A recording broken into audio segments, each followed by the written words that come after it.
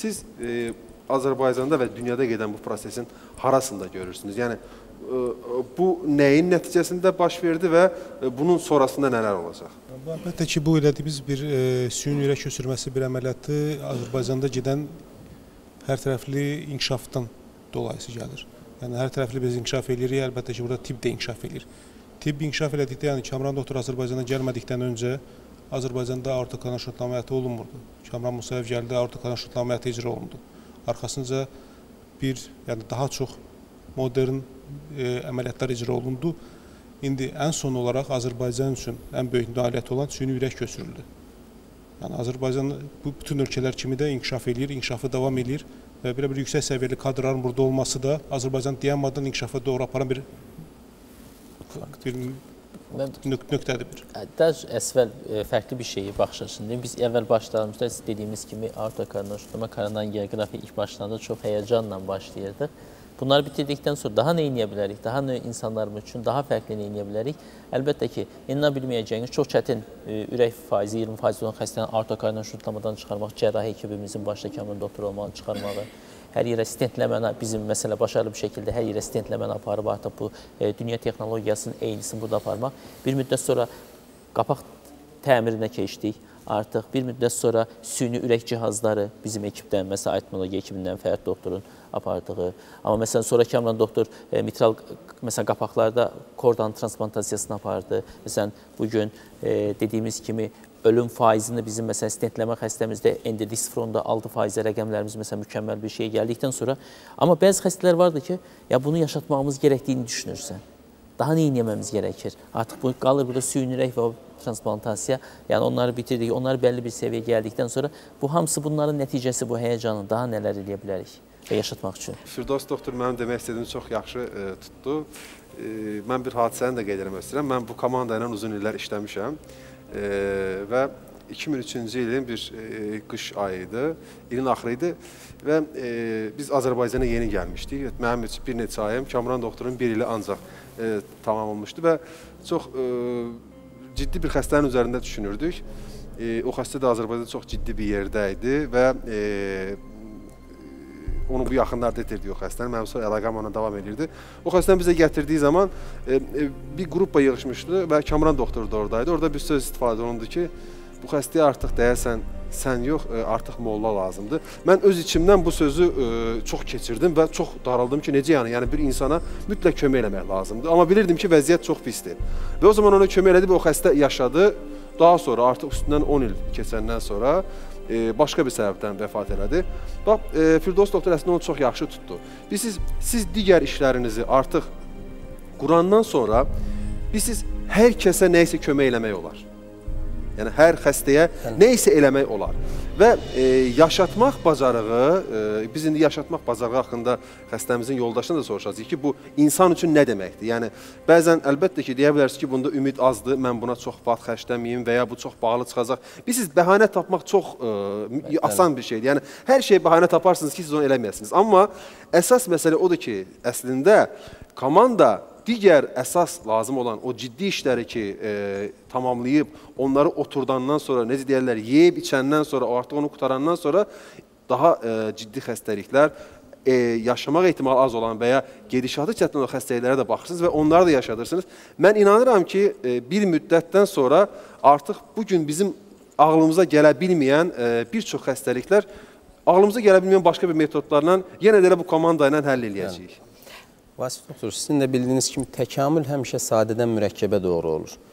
Və biz hələ də sizi öz komandamızın üzvü hesab edirik. Biz 2000'li illərin başlarında ölkəmizdə bu işlərə başladığımız zaman dediyiniz kimi biz də şübhəsiz ki, sadədən başlayıb mürəkkəbə doğru getmək məcburiyyətindəyik. Və bizim keçdiyimiz 10-12 ilin nəticəsində həqiqətən də çox gözəl bir komandamız və çox gözəl bir ənənəmiz oturdu deyə bilərəm əslində. Bu da nədən ibarət? Bu da ondan ibarətdir ki, biz mütləq ki, inkişafa, təkamülə uyğun olaraq hər zaman yeni nə isə etmək istəyirik və edirik. Amma bunu edərkən mən hər zaman deyirəm, biz klinikamızda da onu tətbiq edirik. İki şeyi hər zaman hazır etmək lazım. Bir, bu işləri icra edəcək kadrları mütləq yetişdirmək lazımdır. 2, bu işləri görə biləcəyiniz infrastrukturu yerləşdirməniz lazımdır. Bunlar olmadan hansısa başqa şey xatirinə, hansısa əməliyyatdan, hansısa proseduradan bir dənə etmək və ya kiminsə yardımı ilə etmək, bunlar həqiqi inkişaf, həqiqi təkamül deyil bizə görə. Və ya bunu xaricdən gətirib elətdirmək. Bəli, tamamilə doğrudur.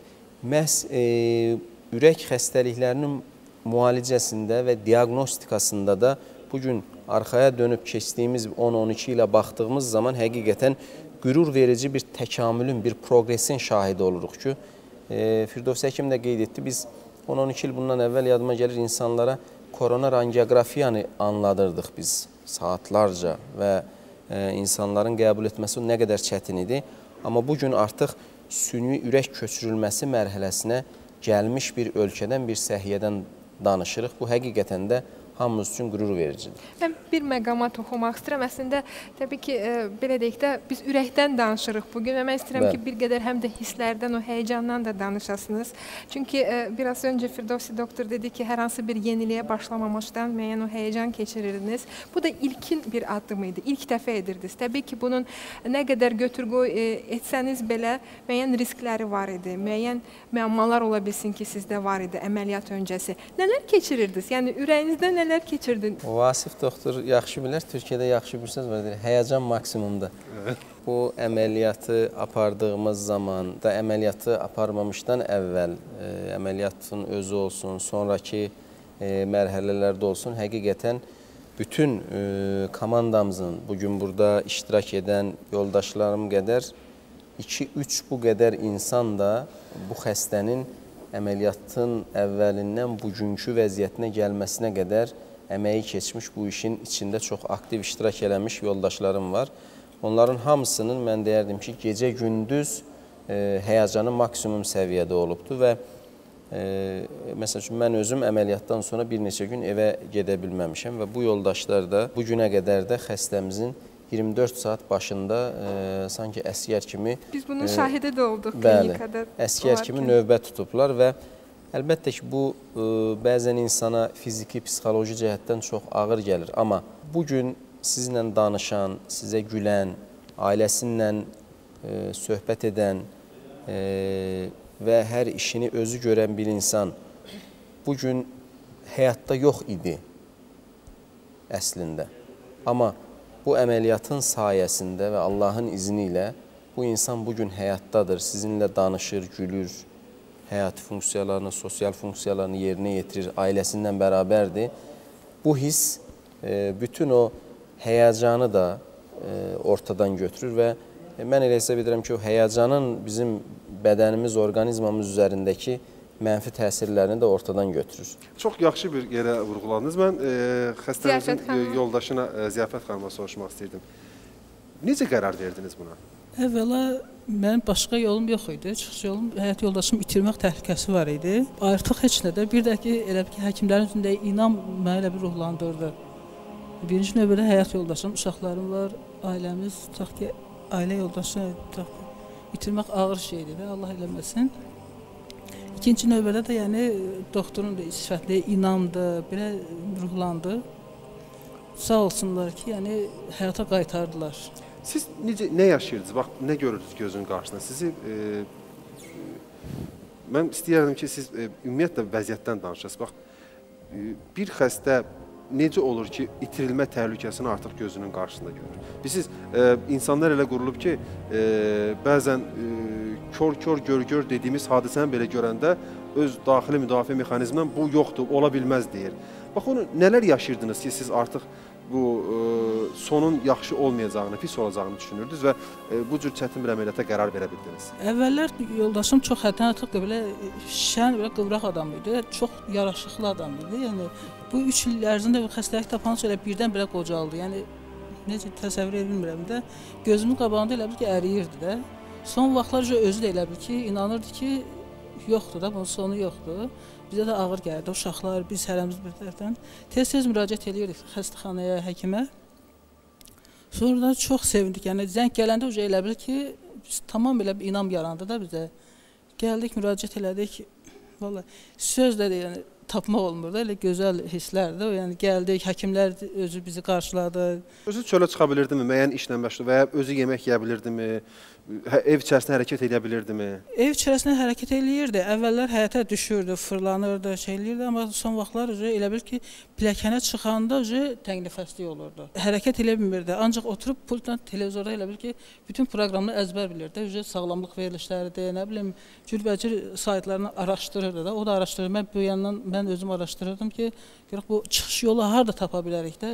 Səfət xanım, amma siz danışırsınız və biraz əvvəl də sizinlə söhbət eləyəndə, yəni sizin gözlərinizdə yəni intizar var, bir gözləmə var. Hətta siz bir məqamı xüsusi olaraq vurğulamışsınız. Mən istərdim ki, yəni fürsətdən istifadə edib bunu insanlara da, tamaşaçılarımıza da çatdırasınız. Bu günlərdə televizorda da hiss şeylədim, xəbərlərdə yəni ürək orqan bağışlamaqda onları müəyyən qatılıram. Birinci növbədə bayaq qeyd elədilər ki, tutaq ki, Qənirə Paşayeva, millət vəkilimiz, birinci elə bir ki, Qaranquş kimi müraciət elədi də.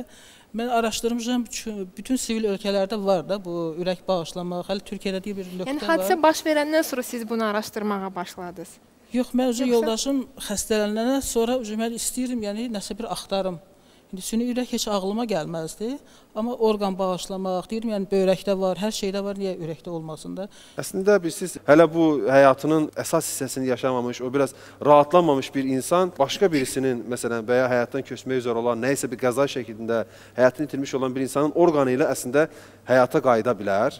Amma yəni hansısa çətinlik içərisində olan bir insana kömək etmək əslində savabdır. Yəni o sırada xeyr, mən qətiyyən yaxınımın orqanlarını vermirəm, nə danışırsınız, bu yarım adam olar kimi düşünməkdənsə əslində sənin yaxının və ya öz sağlığında özün qərar vermisənsə elə özün başqa birisinə həyat verə bilərsən. Çünki onun da uşaqları var, o da nəfəs ala bilər. Yəni sadəcə onun ehtiyacı olan bir orqandır. Amma yaxşı ki, siz necədir, düzdür, ürək transplantasiyası alınmadı. O hələ yəqin ki, ona gedəcək müəyyən bir yolumuz var, amma Allahdan gözəl bir xəbər aldınız. Biz onunla ünsiyyətdə olanda bilməm bu əməliyyatdan sonraki vəziyyətidir, bu sevinc nəticəsində olan həyat eşqi ilə doludur İbrahim bəy. Biraz sonra siz özünüz də bunun şahidi olacaqsınız. Onunla bir kiçik söhbətimiz oldu. Əvvəllər də belə yəni həyata bağlı idi, yoxsa? Çox, yəni hərəkətli, hamıya hörmət eləyən, belə qohumlarla, zaten hamı ilə belə hərəkətli adam, onun heç ağlına gəlməz. Yəni,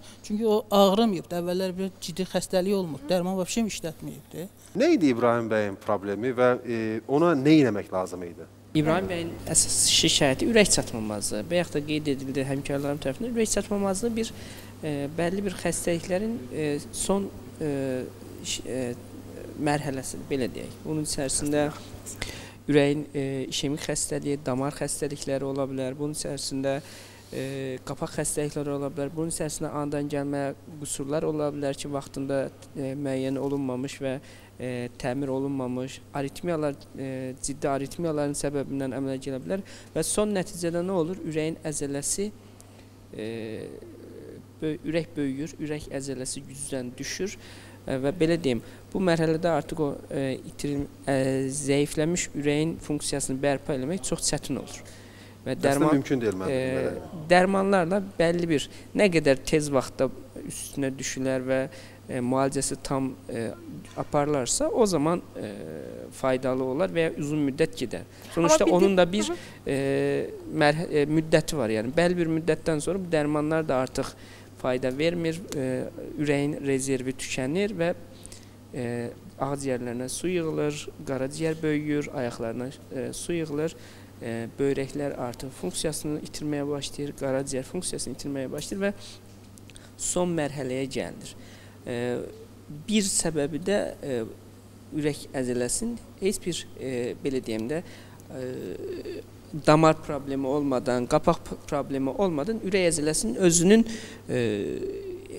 miokardit dediyimiz və sonrasında da dilatasyon kardiomiyopatiya xəstəliyi olan bir haldır ki, İbrahim bəydə bu xəstəlik var idi. Dilatasyon kardiomiyopatiya ürək əzələsinin nə vaxtsa bir, belə deyək, fərq edilmədən və yaxud da fikir verilmədən bir ürək əzələsində iltihab mı olub və yaxud da bir infeksiyon, bakteriyal və yaxud da virus səbəbindən ürək əzələsi zəifləyir, boşalır, genişləyir və bunun nəticəsində az öncə dediyim şikayətlər və simptomlar başlayır ki, bunların klassik müalicəsində bütün səbəbi nə olursa olsun, qapaq xəstəliyinə bağlı olursa, ürəyin damar xəstəliyinə, taz damar xəstəliyinə bağlı olursa, ilkin mərhələdə dərman müalicəsi qəbul edir. Siz indi bax buna nə isə bir şey yerləşdiniz. Bax bu nə iş görür? Bu nədir bu? Əlavədən bu İbrahim bəy ilk dəfə başvuranda mən işte həkim kardioloq olduğumuz üçün tabii biz daha doğrusu dönem biz belə bir qərar vermişdik. Kamran müəllimlə bir yerdə mən və aritmolog Fərhad doktor belə bir qərar verdik və ekip olaraq yığıldıq. Ya bu xəstələr üçün nə edici bir mərkəz kimi bir artıq bir qrup qurduq və bu xəstələri artıq toplamamız və bir irəlisi üçün işte heyecan oradan başladı. Çox üzr istəyirəm, mən bir məqama açıqlıq gətirmək istəyirəm, çünki sonra artıq bunu söyləmək gec olacaq. Çünki İbrahim bəylə danışanda onun söhbətindən belə başa düşdüm ki, yanlış dəyərləndirilmə baş vermişdi Gürcüstanda müraciət edərkən. Hətta müalicəsinin də təsiri daha da çox fəsadlar yaratmışdı. Onu gətirmək istəyirəm. Gürcüstandan işte zəng vurdular mən ki, belə bir xəstə var. Tamam, gətirin. Baxaq. Baxdığımız zaman hakikaten ürəyin rezervi çox aşağı olduğunu, o dönem işte buna bir stimülatör bir cihaz köməkli, onda çox faydalı olmayacağını gördük. Amma ən son gəldiyində Kamran doktor ki, əməliyyatda açarkən özləri açıqlığın şahidi idi. Ürəyin 2/3 tromb doluydu artıq. Yəni ürək heç hərəkət eləmədiyi üçün ürəyin içində dönən qan onun içində artıq tromblaşmışdı. Yəni düşünün nə hala gəlmişdi, amma həqiqətən orada da bir müddət Gürcüstanda bu müalicə almışdı, amma başa gəlməyincə artıq işte bu ekip şəklinin nəticəsi olaraq bu xəstənin həqiqətən çox sevindirici bir hal oldu. Bəs bu aparat nədir? Çox gözəl sual verdiniz. HeartMate aparatıdır. HeartMate 2 Amerika istehsalıdır. İndi valla mən Tarix Nadir söhbətdə gətirəcəm, hər kəs biləcək, amma o söhbətə gətirmirəm və o məsələni də danışmıram. İndi HeartMate-i mən Google-dan falan bir yerdən girib axtara bilərəm. Bu cəmaət bunu necə başa düşsün yəni? Bu aparat şübhəsiz ki, HeartMate